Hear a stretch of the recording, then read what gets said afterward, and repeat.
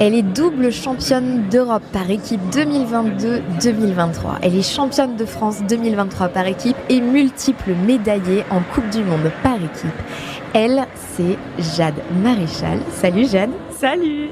Jade, t'es escrimeuse, sportive de haut niveau. Tu es presque diplômée d'école de commerce.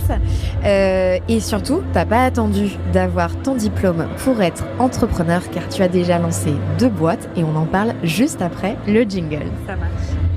Feuille blanche.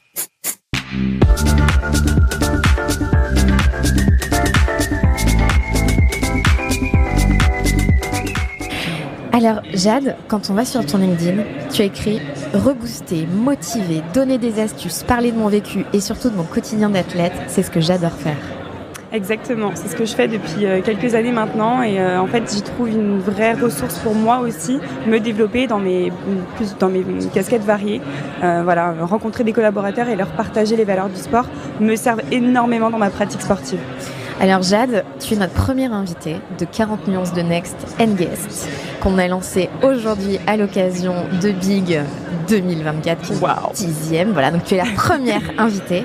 Ce matin, j'ai posté moi aussi sur LinkedIn et j'ai dit, nous on dit toujours à nos clients revenir à pourquoi, why, pourquoi.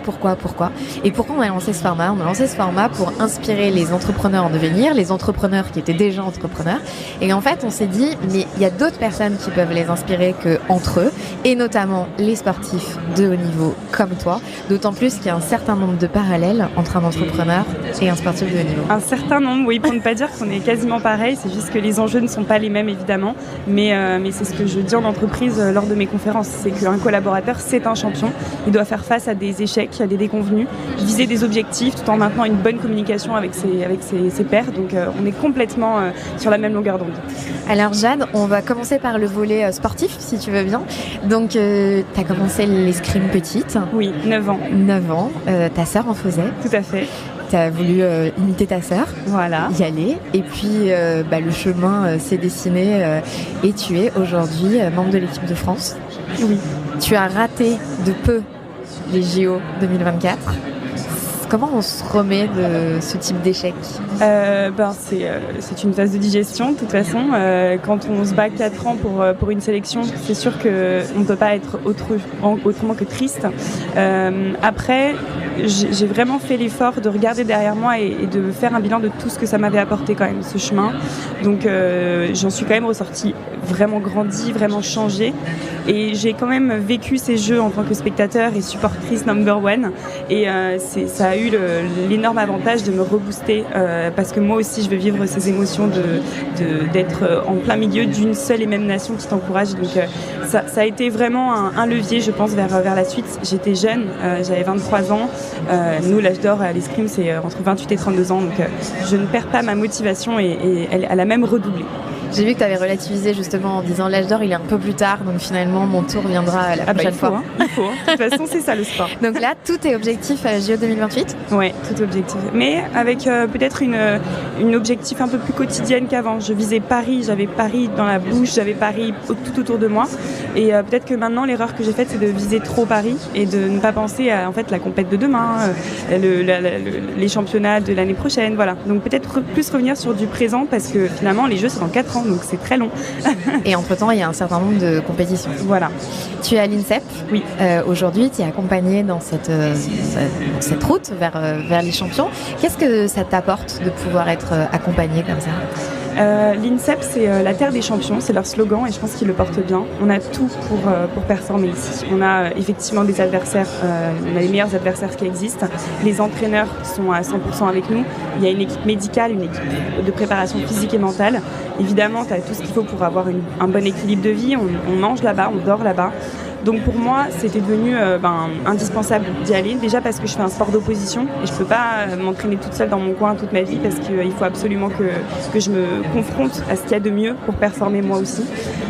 Donc depuis que je suis entrée, je me suis professionnalisée. Ça reste un sport amateur, l'escrime, mais j'ai vraiment vu une visibilité décuplée, un engagement et un entourage décuplé aussi.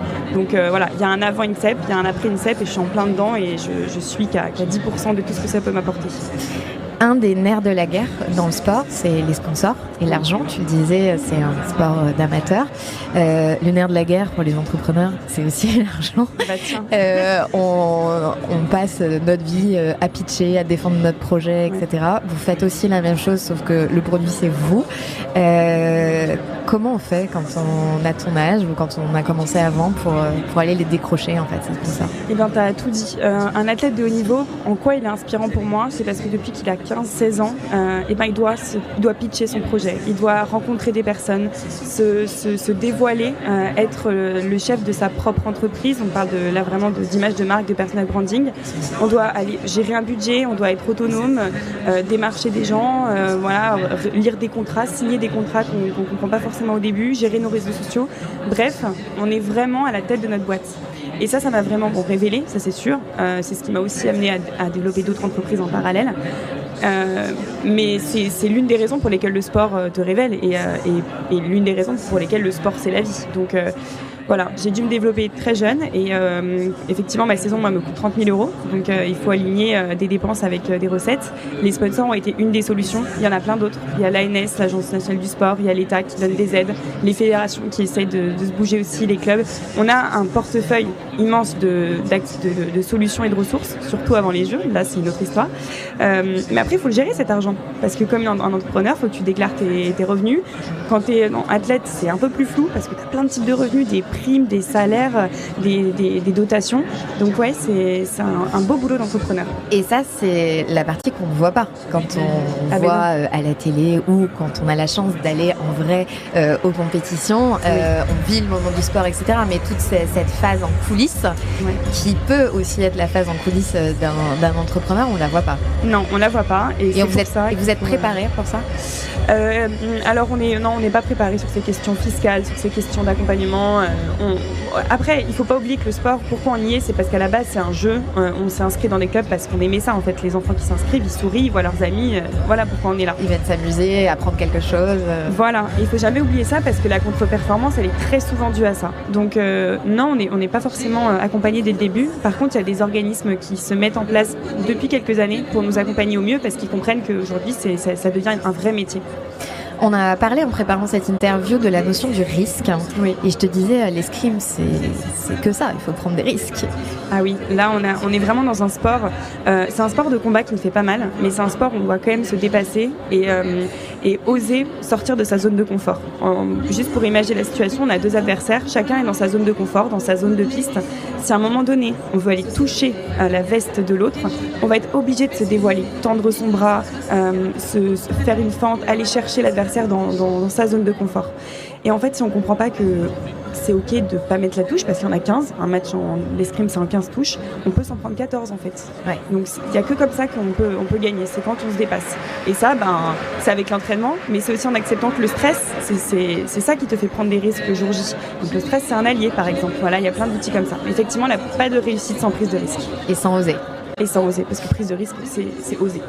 Tu disais, tu l'as rapidement dit en introduction tout à l'heure, donc tu as monté 2 boîtes. Oui. Une de tes boîtes, c'est notamment d'intervenir en entreprise et de faire ce parallèle et expliquer en fait ton quotidien d'athlète de haut niveau et comment en fait ça peut se transposer en entreprise. Tu peux nous en parler un peu ? Oui, j'ai créé une boîte de conférences d'abord pour répondre à un partenariat d'entreprise où je me sentais complètement illégitime d'avoir de l'argent sans leur rendre quelque chose par un logo sur ma tenue. Donc j'ai commencé à raconter mon quotidien. J'espère qu'il était beau le logo. Ah oui, c'était tous beaux, c'est mes partenaires. Et puis en fait, j'ai vraiment pris goût et j'ai développé des conférences sur 10 thématiques qui sont complètement transposables dans le monde de l'entreprise. Prise de risque, confiance en soi, gestion du stress, de l'échec et j'en passe. Et tout récemment, on a développé aussi une formation avec une coéquipière de l'équipe parce que on peut pas se rendre sur toutes les conférences dans l'année. On a aussi notre casquette principale qui est très prenante. Ouais. Donc on a créé cette formation. Voilà. Moi, je suis passionnée par ça et même, tu vois, dans mes conférences, je reste après en off pour avoir des échanges beaucoup plus informels parce que moi, ça m'enrichit tellement. Alors oui, j'ai une question il y a beaucoup de gens qui, quand ils me voient arriver sur scène, ils me disent mais t'as quel âge, ça fait combien de temps que tu fais ça? Parce que oui, j'ai 23 ans et ils pensent que je vais leur donner des leçons sur leur métier. Pas du tout. En fait, je viens pour expliquer ce qui se passe dans mon métier à moi, dans ton comment univers. Je performe, voilà. Et il y a des parallèles, tout le monde me le dit. Quand je suis en conférence, les collaborateurs, ils me disent que ça leur parle, je vois les yeux qui pétillent. Et puis parce qu'il y a certains sujets qui sont tabous en entreprise, comme l'échec, qui, quand on en parle dans le monde du sport, tout de suite, c'est beaucoup plus OK. Tout le monde a bien compris que dans le sport, échouer, c'est OK. Et ben, il faut faire le parallèle en entreprise. Et c'est ce que je fais. Eh bien, bravo, parce que c'est nécessaire de le faire, ce parallèle. Et d'un échec, on rebondit. Donc, il y a toujours une suite. Et c'est vrai qu'on a tendance à sacraliser un peu le monde du travail, le monde de l'entreprise. Mais c'est vrai que si on fait le parallèle avec un sportif, ça détend un peu. Ah ben oui, ça détend et c'est même complètement accepté et commun. Jade, aujourd'hui, donc on est à Big, dans le cadre de BPI France. Le thème de cette année, c'est le progrès. Comment le progrès, il résonne chez toi ? Alors pour moi, le progrès, c'est un chemin. Quelqu'un qui est en train de progresser, c'est quelqu'un qui a lâché prise sur son objectif. Si je fais le parallèle, en tant qu'athlète, on vise tous quelque chose. Je vous ai parlé des Jeux Olympiques, évidemment que c'est mon objectif, mais je progresse pour la simple et bonne raison que je suis très consciente qu'il y a une infinité de possibilités que je n'y arrive pas. Et ça me permet de, quoi qu'il arrive, en sortir gagnante.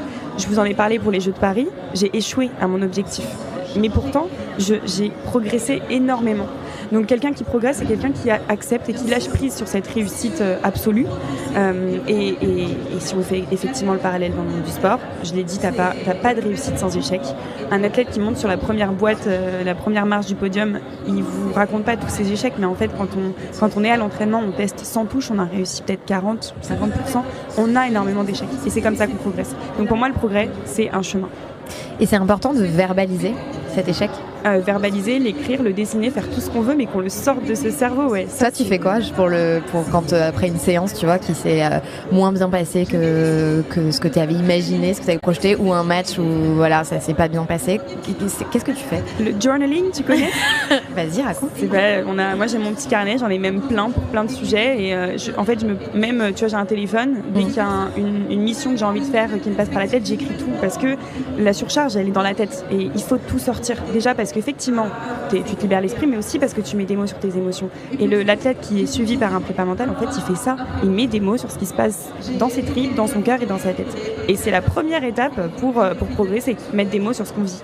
Et ça, tu le conseilles, genre d'entreprise ? Ah ouais, moi je fais toujours tous les soirs 3 points négatifs, 3 points positifs qui sont passés dans la journée. Il n'y a pas une journée où je le fais pas. Et quand je le fais pas, c'est ok parce que grosso modo, je le fais tous les jours. Jade, je te propose de te donner en un coup de baguette magique le rôle suprême après ce jingle.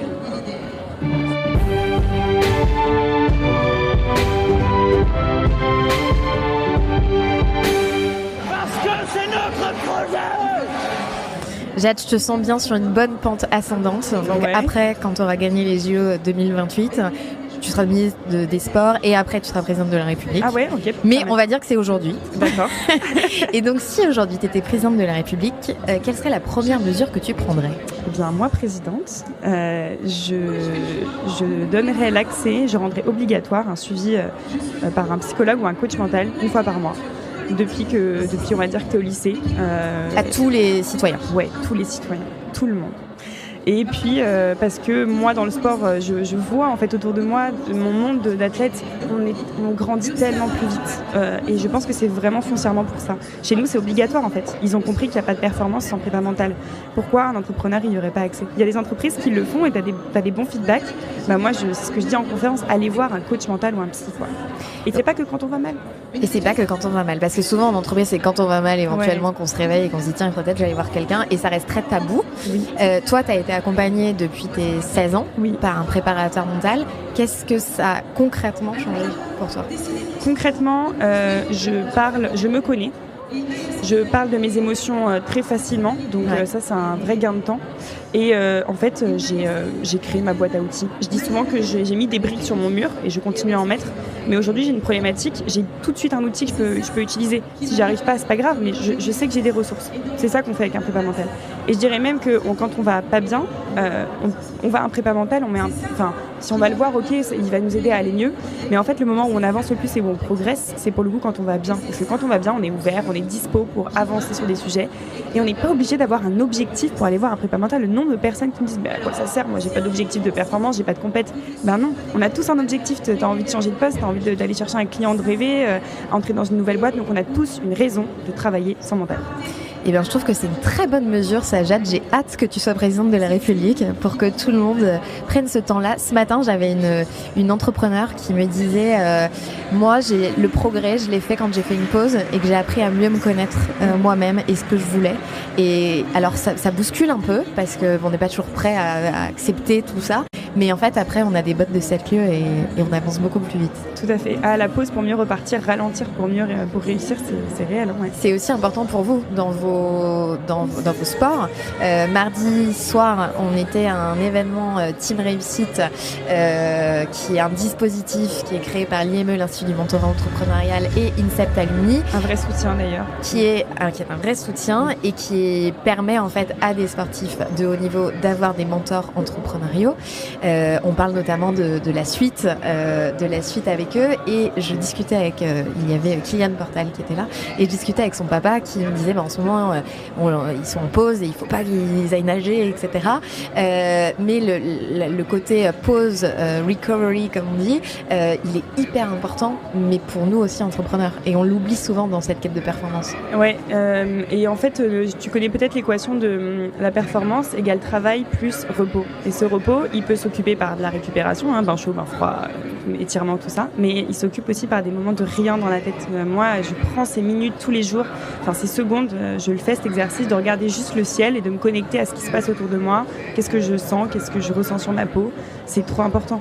Je crois que c'était ta claque, ça, justement. Tu peux nous la raconter? Comment t'es arrivée à te rendre compte que quelquefois tu étais dans un tunnel et que tu prenais pas le temps, justement? Ma plus grosse claque, un lundi soir, premier cours de yoga, il était 18h, et la prof me dit salut Jade, ça va? Oui. T'as regardé le ciel aujourd'hui, il est comment? Et en fait, j'ai réalisé, par cette question toute bête, que j'avais pas décollé mon nez de mon entraînement, de mon téléphone, de mes occupations quotidiennes.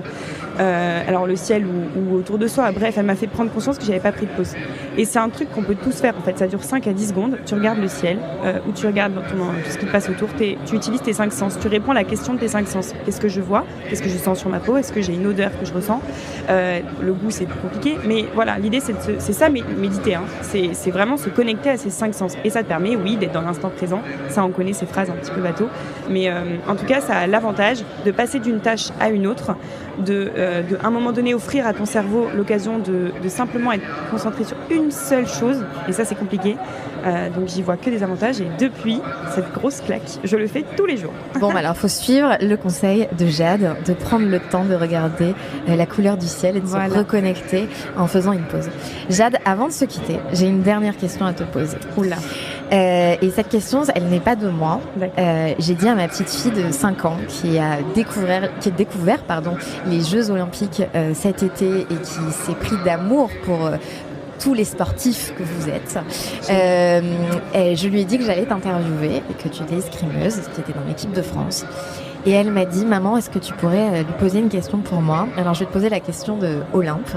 Et Olympe, elle m'a demandé, maman, est-ce que tu peux demander à Jade c'était quoi son rêve quand elle avait mon âge et qu'elle était petite fille? Oh, c'est trop bien. Quel âge elle a? Elle a 5 ans. Ok. Déjà, c'est un prénom magnifique. Merci. Il est écrit dans ma liste de prénoms. Alors, à 5 ans, j'avais pas de rêve d'escrime. Je vais pas mentir. Mais à 5 ans, j'ai pas trop de souvenirs avant mes 7 ans. C'est un problème et je suis en train d'essayer de gratter. Tu peux faire 7, je pense qu'elle acceptera. Donc, quand j'ai commencé l'escrime, en tout cas, super. Quand j'ai commencé l'escrime, mon rêve à moi, c'était de porter les flammes bleu, blanc, rouge sur ma cuisse parce que ça veut dire que t'es en équipe de France. Vraiment, mais j'en rêvais, quoi. Et le jour où c'est arrivé, je me souviens, j'ai appris ça par un mail. J'ai appelé ma maman, on a pris un café.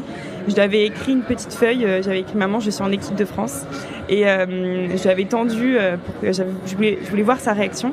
Elle était évidemment très contente, on a pleuré toutes les deux. Et en fait, j'ai compris avec le recul que c'était juste le début de tout. C'était pas une fin en soi, mais c'était un tremplin et un levier. Comme quoi les rêves, ils grandissent au fur et à mesure du temps, ils progressent eux aussi. Donc voilà, mon rêve est devenu réalité, mais aujourd'hui, je réalise que c'était simplement un levier vers d'autres rêves encore plus grands que moi. Et là, le prochain rêve, c'est Los Angeles. Et voilà, exactement. Voilà, tu connais mon rêve. Jade, mille merci d'avoir répondu à cette question et aux autres questions. Avec grand plaisir. Mille merci d'avoir frayé ton chemin jusqu'à nous parce que je sais que ça a été sportif pour toi d'arriver. Et je suis très heureuse que tu aies ouvert le bal de 40 nuances de Next and Guest. Et à bientôt pour suivre tes aventures. On peut te suivre sur ton Instagram. Je crois que tu es hyper connecté sur les réseaux. Voilà. Pour suivre bien les performances de Jade ou ses moments de pause. Peut-être qu'elle les partage aussi. Et en tout cas, merci pour cette ode à la pause qui va inspirer plus d'un des entrepreneurs qui nous écoutent. Et vous restez connectés parce que d'autres invités arrivent. Mais surtout, si vous ne l'avez pas déjà fait, abonnez-vous à la chaîne. C'est comme ça que vous ne manquerez aucune de ces interviews inspirantes. Merci et à bientôt. Feuille blanche.